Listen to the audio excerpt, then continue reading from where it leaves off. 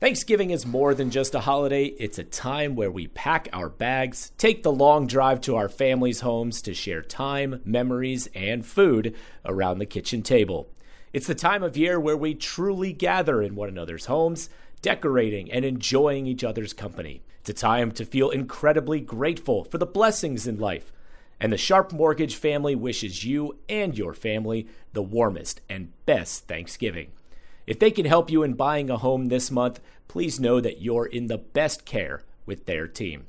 Contact Ashley with the Sharp Mortgage team with an email, ashley@sharploans.com, SHARPE loans.com, ashley@sharploans.com. This is the Triad Podcast Network. I'm Algernon Cash, and you're locked in. I wanted to have a conversation with a longtime friend of the show and also a longtime mentor and friend of mine, John Hood. John is the president of the John William Pope Foundation and someone who's observed countless elections over the years. So his expert insight is exactly what we need to make sense out of this most recent election cycle. John, how are you today? Thank you for locking in. I'm doing fine. How are you? I'm well.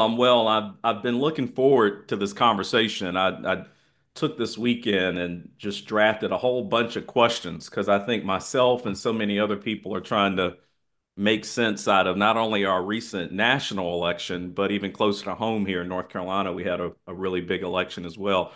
I guess let's just start there. I know you do a really good job at observing these elections, analyzing the outcome. What was your initial reaction to what you saw here at the national level? At the national level, I had prepared myself for any outcome because I thought the presidential election was very competitive. It was competitive in at least 7 states. All that turned out to be, that was the conventional wisdom, and the conventional wisdom was accurate. I also recognize that when you end up with polling that shows 1 point here, 2 point there, 3 point here, 4 point there, those are all within the margin of sampling error.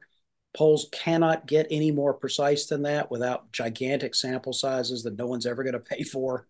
So there just wasn't any statistically valid way of declaring, oh, I know what's going to happen. So I was prepared for either eventuality. And in particular, I was prepared for the idea that even though you've got 7 battleground states where the 2 campaigns were spending most of their time and energy and money, you should, and they were close, competitive, you shouldn't assume that they'll break half and half, or that it was very possible that Trump would win all 7 battlegrounds, which he did, or that Harris, if she had done a couple of points better in a lot of these places, would she have won all 7. Those were all outcomes I was prepared to see, so I wasn't shocked. I think one of the dangers that we all are vulnerable to is the emotions, being swept up in the emotions of election night or the election morning, the following morning, and drawing all sorts of conclusions based on what are actually incomplete returns and flawed polls. So people went to all sorts of elaborate rigmarole to decide what had happened before they even knew what had happened. Because, for example, a lot of ballots in the western states, in the left coast states of Washington, Oregon, and California, and even some of the other mountain states, those ballots come in days after Election Day. And even the ones that are in on Election Day, a lot of those states don't allow you to start counting until the polls close, and it takes days to count them. So people jumped to the conclusion, for example, that Donald Trump would win a clear and convincing majority of votes cast nationwide. That's probably not what's going to happen when all the votes are counted. He'll probably be at or slightly below 50%. That is a good performance, obviously. It's a decisive win in the Electoral College, but to call it a landslide is kind of absurd. That kind of ruins the notion of a landslide, which is definitely not winning by a couple of points nationwide. Well, it was a decisive win in the Electoral College, and that's how we elect our presidents. So I agree with all that. It's just, this is one example. I saw some memes on the internet, which is already a dangerous sentence to begin, where people were comparing the vote totals in 2024 to 2020 and claiming, there are millions of missing votes. Maybe the election was stolen in 2020. Again, not understanding that a lot of ballots just hadn't been added to the total yet. Yeah. Yeah. No, you certainly said early on that you had a good feel that it could go either way. I didn't have that feel. I mean, when you listen to the pollsters, when you look at the polls that were coming out, during the actual election cycle, I mean, it was so tight. I mean, it just felt like it would have been the battleground states would have been more divided than what we currently saw. It does look like obviously at the popular vote level, the vote disparity is starting to narrow in.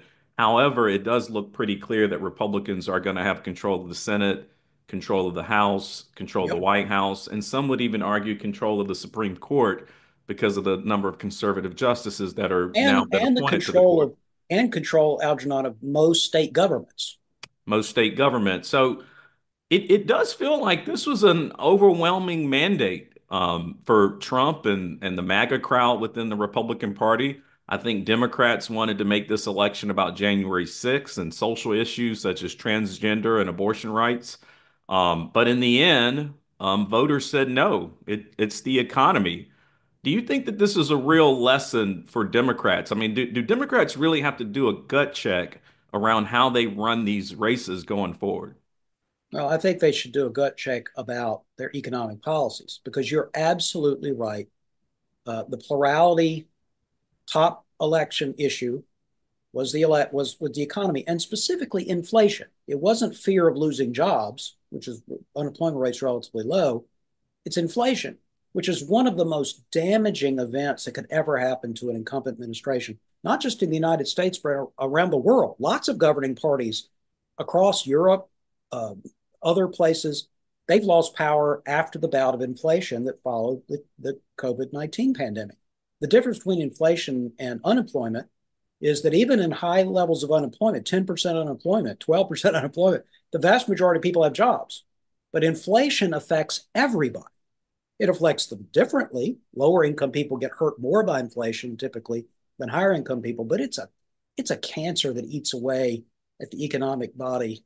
And so it's just a disaster. And when you look at the numbers, you can see that. This is why I would say, for example, I would not go as far as to suggest that these election results confer some sort of overwhelming mandate Hmm. on Trump or MAGA world or anything like that. They weren't the main issues. The main issue was not Biden. It was not Harris. And let me fortify this point with some evidence. If you look at the two different exit polls, actually asking actual voters what they were thinking about, both of them show the following dynamic. Somewhere between 40, 45, somewhere in that range percent of American voters who turned out this year said they had a favorable view of Kamala Harris, maybe personally or maybe just on policy, and they voted for her almost entirely. A somewhat smaller number, 42, 43, something like that, said they had a favorable view of Trump. In fact, Trump still is less popular than Kamala Harris. So how did he win? Which is crazy to me. Yeah. Well, here's the thing, though. Here's how he won. The people who said they disliked both of them went for Trump overwhelming. Like two-thirds or more of that group went for Trump, even though they don't like him very much. Now, Hmm. you can't, I think, convert that into everybody loves the president elect. They absolutely favored him and his stated economic goals and policies over those of the administration they held responsible for inflation. Now, there's other things going on in the election, as you point out. For voters who said that abortion was the number one issue, they went primarily for Harris. People who said immigration was the number one issue, they went primarily for Trump. But very few people said anything about foreign policy, about the environment, about transgender rights. Not a very high percentage identified that as a top voting issue. So those are issues that people care about. I'm not trying to discount that. But if you're trying to figure out why Trump won and most Republican candidates won, or why Harris, more importantly, why Harris lost and most Democrats in the competitive races lost, you will find that it is overwhelmingly about inflation. The voters were angry about it, even though it has subsided, but of course it hasn't reversed. Those price increases are not going to be reversed. They were very angry about it, and they said, "Well, we had Trump, and inflation wasn't there, and we've had Biden, and inflation was there. Let's go back to Trump." And I want to dig in on that last comment that you made, John, because my audience know I pay very close attention to the economy. I talk about it throughout the year. I write about the economy. I have been on record, and I will stand by this. The U.S. economy is not in bad shape. It is growing. Unemployment is Absolutely. down. Interest rates are coming down. The inflation rate is down. However, the last point you made, I think, is what's so potent. Prices are not down. And I think, John, during this last election cycle that we just had, I don't think we had an honest debate about why prices are not down. The reality and the inconvenient truth is that companies are enjoying their new margins, and they have no incentive to bring prices down unless they see demand fall as well. And so it feels to me that whether it would have been Harris or whether it would have been Trump, neither party, neither candidate can just get into the White House and directly say, hey, companies, bring your prices down. So to me, John, in this particular election, I continue to say that the reason why it was hard for me to support Trump was because I felt like character is more important than policy. But I think ultimately, for the majority of voters, they felt like their pocketbooks were the most important thing. I think that's accurate. I wish we lived in a situation where the policy differences weren't yawning and people put a higher premium, not just on character, I agree with you about that, but also on the primary role of the president, which has nothing to do with inflation. It has nothing to do with transgender rights. It has nothing to do with lots of abortion. It's primarily the commander in chief of the armed forces, someone who heads up our foreign policy. You can only have one president heading up foreign policy. I don't think foreign policy got nearly the attention that it deserves, but this is the world we live in. This is what the voters voted on. And I think you're absolutely right about the economy. It would be difficult to argue that today's economy in the United States isn't better than in most of its competing countries around the world, that there aren't lots of positive signs, but people can't let go of how much more they're paying Mm. for the basics of living that they used to. And of course, even if there was some lever that a president could pull and make prices go down 10%, will we actually want deflation in this environment? No. Probably not. So what we've experienced is not deflation. I know you know the distinction. It's disinflation. We had a higher level of inflation rate, and that inflation rate has come down closer to what the Fed likes to see, which is around 2%. But that still means prices are rising modestly every year. They're not going down. They're not going to go down on the aggregate. It's time to get serious about your financial future. It's never too early, but it could be too late to get started. And that's oftentimes the hardest part, getting started. How much do I save? Where do I invest? Do I save for college or retirement? How much for each? And who do I talk to about it all? Okay, we'll keep things simple for now and help you answer the last one. We recommend you begin with a local financial advisor, and that's Jennifer Johnson of Three Magnolias Financial Advisors. She'll sit down with you for a complimentary introductory consultation and go over all of your questions. Get started on the path to achieving your financial goals. Visit threemagnoliasfinancialadvisors.com or call 336-701-1600. Get comfortable with your financial future. Three Magnolias Financial Advisors. Retirement, financial planning, and investments. Securities offered through Private Client Services. Member FINRA SIPC. Investment advisory services offered through Three Magnolias Financial Advisors. Three Magnolias Financial Advisors and Private Client Services are not affiliated. Private Client Services is under separate ownership from any other named entity. So, John, I met you because I went through the EA Morris program many, many years ago, and I have credited that program with fundamentally changing my life and the people that I had an opportunity to meet, the lessons and things that I had an opportunity to learn. I would say that in that program, you all taught me the definition of leadership. You sort of ruined me because now, now in the real world, people don't see leadership and character the same way that you taught me in the EA Morris program. What do we do, John? Because I'm concerned about what does this mean for future elections, not only on the Republican side, but on the Democratic side. It does feel like character and leadership and those kind of qualities are becoming less and less important. It does feel that way. There is certainly evidence for that at the presidential level. But I would suggest that when you go down the ballot to other offices, and when you think about non-electoral leaders, people who are leaders of institutions, I think a lot of Americans, a lot of North Carolinians still care a lot about the character of those kinds of leaders, people who lead organizations, people who lead companies, people who lead firms, people who lead universities, people who lead hospitals, other large institutions, schools in our society. Leadership is still relevant. And we saw that in the gubernatorial race in North Carolina. I think, in a way, the presidency has become the exception that Hmm. unfortunately may not prove the rule, but may have a corrosive effect over time. I don't look. So the majority of the people who voted, or at least a plurality of the people who voted, chose Donald Trump. Many of them believe he is a great leader. But if it had only been those who thought he was a great leader who voted for Trump, he would have lost. He would have lost by a significant margin. He got additional votes from people who do not think he is a particularly aspirational or praiseworthy leader.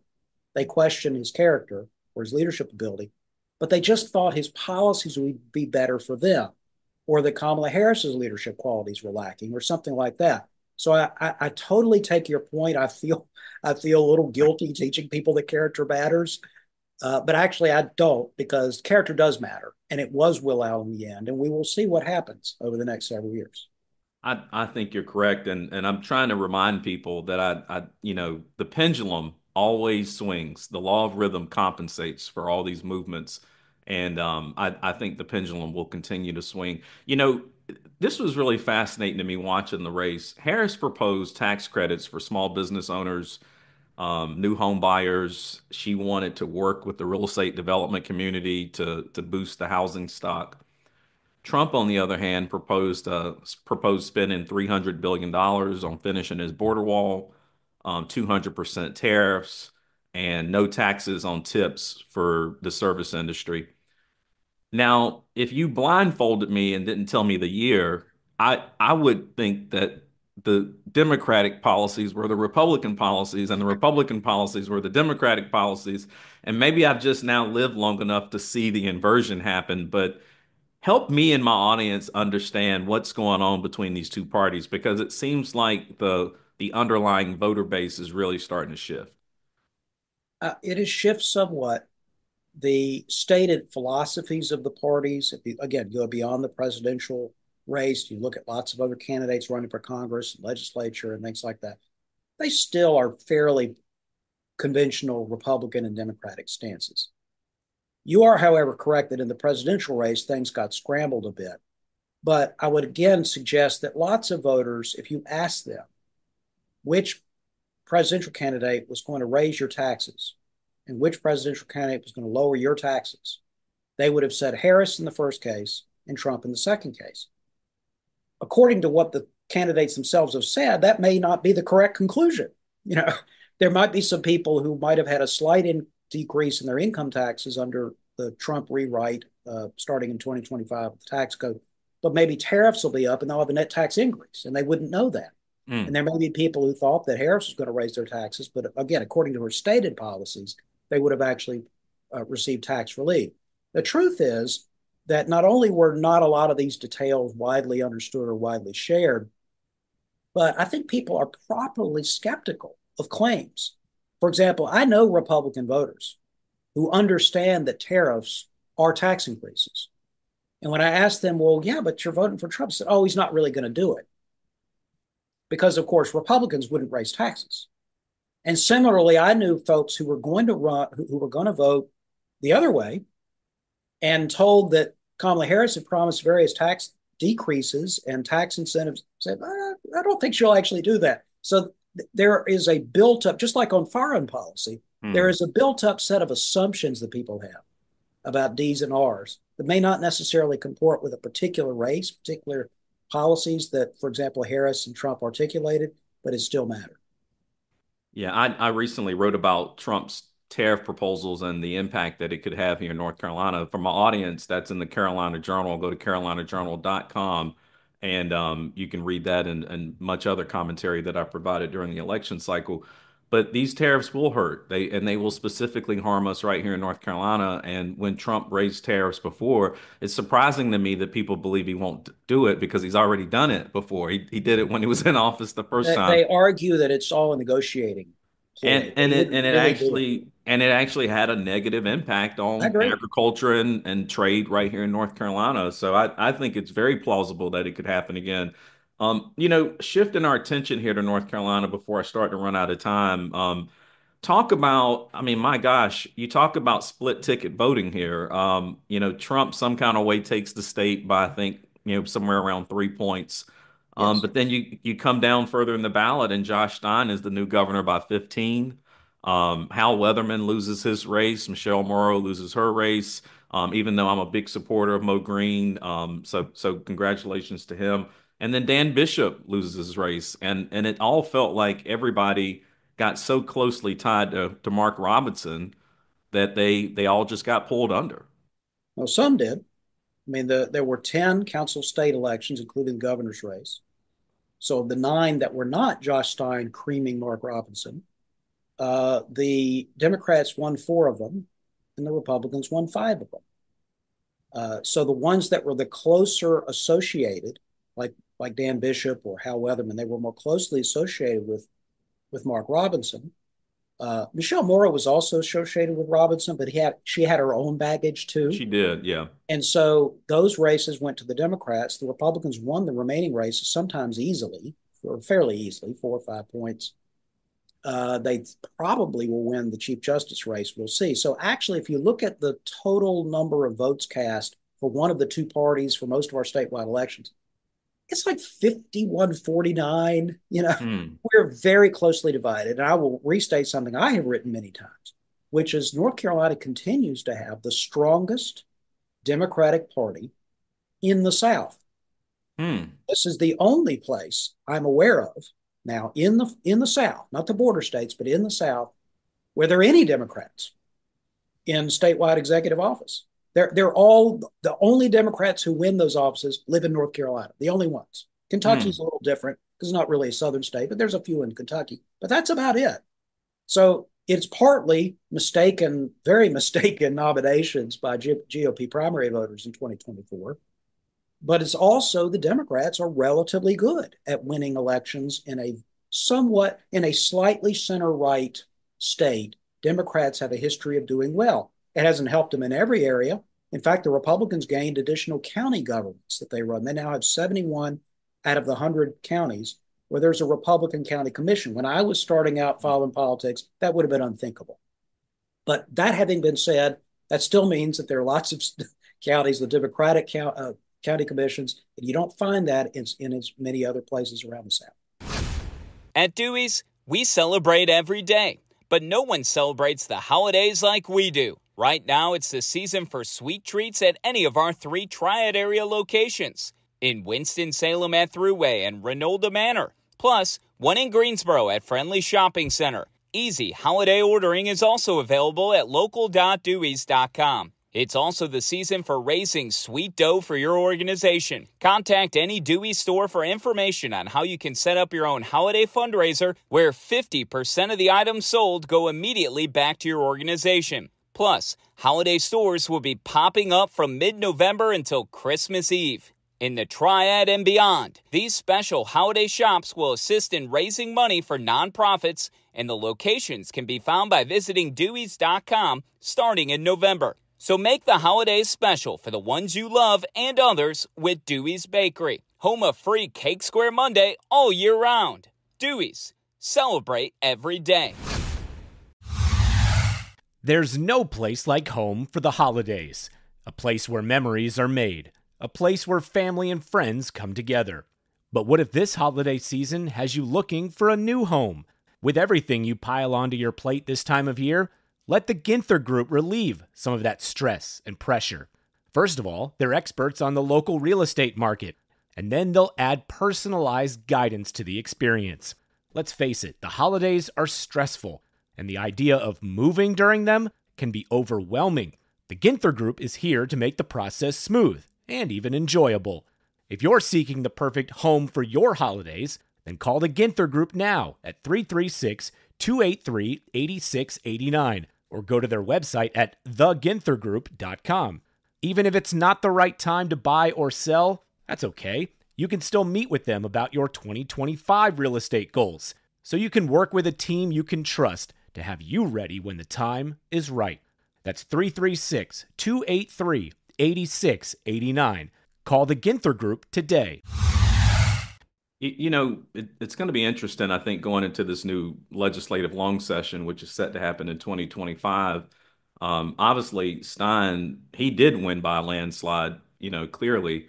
There's some chinks in the armor for the North Carolina GOP party. I think this disastrous run-in of Robinson in the general election is going to continue to haunt them a little bit. And then also, it just feels like, that supermajority that the Republicans had in the General Assembly, they no longer now have it. Will Stein even cooperate with state Republicans, or is he already eyeing the 2026 midterm elections? I think there will be areas of agreement, and there have been with Roy Cooper, for example, or even with Bev Perdue, who was the governor when the Republicans first took the legislature in 2010. There were some areas of agreement. We shouldn't exaggerate the extent to which they never agree about anything. But Stein does have a stronger hand because of that broken supermajority. But it's by one vote, Algernon. So it's important to know there are particular areas, particularly issues, where a number of House Democrats will vote with the Republicans, including potentially the budget bill. So there's still, the Republicans are still in the driver's seat in North Carolina state government because they have the legislature overwhelmingly, and that is the primary source of power in North Carolina government. The three branches are not equivalent. The legislature is more powerful than the executive. But that having been said, as I said earlier, Democrats have had a history in a center-right state of holding the governorship, the attorney generalship, some other offices, and doing pretty well with them. And so I think that they will definitely be a player in state government going forward. Or you could have another Tricia Cotham scenario, where someone I doubt actually it. I don't think jumps there'll be party. a party switch, but I do think there are some members who won't switch parties, but they are absolutely willing to talk to Republicans about on particular subjects. Yes. You have been very close to the state Republican Party for a long time, even in your role at the John Locke Foundation. You've seen a lot over the years. What is the learning lesson for state Republicans after this campaign with Mark Robinson? What's the takeaway from this outcome? Some of them have walked away. They told me it's not a problem. I mean, we couldn't control who got the nomination for governor, but we did so well elsewhere. There's nothing fundamentally wrong with our party. That is what some say. But I would submit that if you know that there is an iceberg, you can see the iceberg 2 years out, and you make no effort to steer your ship away from the iceberg. You can't blame the iceberg. There has to be some thinking, some introspection, and for some there is, about how do we end up in this situation and how do you not have this situation again? How do you coalesce around a consensus, qualified, experienced gubernatorial nominee early on? Of course, the primary is the primary. People can file, and people get to run. It's a free country. But how do you get strong support at the front end for candidates who will present themselves well in the fall? I do think there's one rule change. I don't know that it would have mattered in the governor's race, but I think they should go back in North Carolina to requiring a 40% threshold to avoid a runoff. Right now, you only have to win 30% plus one vote, and there's no runoff. I think that's a recipe for continuing disaster, maybe for both parties. And it would be better to have a higher runoff threshold that you have to get over 40% to avoid a runoff. That way, you don't end up with candidates in the fall who really represent a pretty small sliver of the party's own electorate. Yeah, for the life of me, I will never come to understand why the party didn't nominate Dale Folwell, and I know that I've got a little bit of preference here because obviously Treasurer Folwell and I go so far back, but his service to the party, his service to the General Assembly, his service to the administration, I mean, everything he's done, it just felt overwhelming to me that he was the right candidate. Now, you'll never know if he could have actually beat Josh Stein, but I do question whether or not maybe Hal Weatherman could have still pulled it out if Falwell was at the top of the ticket, or maybe Dan Bishop would have gotten elected if Robinson wasn't associated with all this. But I do believe that it's incumbent upon the party. When I first got into the Republican Party, 20 plus years ago, the party actually used to help vet candidates and actually help educate about the candidates and why these candidates were strong and why we should support them. And if the party's not doing that, if that's not the role that it's playing, then what's the role of the party? I mean, because anybody nowadays can go on the internet or on Facebook or pick your favorite platform and research your own candidates. But what is the role of the party then, John, if it's not to vet candidates and help people understand who has the best shot of winning? That they would argue perhaps that it's to turn out the vote in the fall. It's to get Republicans elected, whoever's nominated. And of course, you don't really want a state Republican Party apparatus to take sides in a primary. But I understand what you mean. You mean more broadly the party, like people who are a candidates forum, leadership roles, who have been significant activists, significant donors, groups of Republicans acting in concert, saying, "Well, this is the kind of Republican we think we should have." You're correct that kind of more informal but powerful vetting did not happen. Somebody like Adele Falwell, everybody knew whether they thought he would eke out a narrow win or eke out a narrow loss. If he were elected governor, he could step right in. He understood how state government worked, and he knew all sorts of people to pick as cabinet secretary. He could have been governor. It seems to me that's your very fundamental test for a candidate, separate from all the other things. Can that candidate do the jobs ready to perform at a high level? And if the answer is no, I think it is incumbent upon people with levers of power to attempt to find a candidate for whom the answer is yes. No, I totally agree. John, as always, man, I appreciate you locking in. This has been an insightful conversation as normal. I do have one more question for you before you go, because I'm curious about this. I mean, Mark Robinson, he rose to statewide fame. I mean, really from an obscure source. I mean, he gives this powerful presentation at a Greensboro City Council meeting. And I think within 2 or 3 years later, he was lieutenant governor and then running for governor. What happens to Mark after this? Where does he go next? Where should we be looking? He rose to public awareness by talking, giving an impassioned speech. I think that's his future. I think it's talking, some sort of talk show, internet, some sort of role like that. I do not think it is electoral politics. I do not think it is serving in a government role and actually having to do a significant government task. I just don't think he has either the experience, even after 4 years as lieutenant governor, or frankly, maybe even the inclination to do that. But I do think he might enjoy success on the internet, as so many have. Yeah, no, I think you could be right. I was just hoping you weren't going to say we should look for him in the Trump administration. I don't think the Trump people want him anywhere near the administration. That would be nice. Well, John, again, thank you. To my audience, make sure you go check out John Hood. He is the president of the John William Pope Foundation. You can find him on Facebook. I'm sure all over the internet as well. And also make sure you continue to stay locked in with WTOB, because every Sunday morning, that's where you can lock in with me. But if you happen to miss me there, hopefully you're subscribed to the podcast. You can always download that on Apple, Spotify, Pandora, wherever you like to get your favorite podcast. You can lock in there. Until next time, y'all stay locked in. Hey, thanks for listening to this episode on the Triad Podcast Network. Our mission is simple: provide information, advice, and stories about the people and places that make the North Carolina Triad such a great place to be. You can find us by searching Triad Podcast Network on Apple Podcasts, Spotify, pretty much wherever you like to listen. If you like what you heard and want to support the show and those that contribute, we would truly appreciate a rating and review on your favorite podcast app. It helps spread the word along, as do your shares on social media. You can find us on Facebook, Twitter, Instagram @Triad Podcast.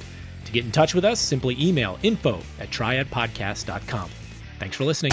This is the Triad Podcast Network.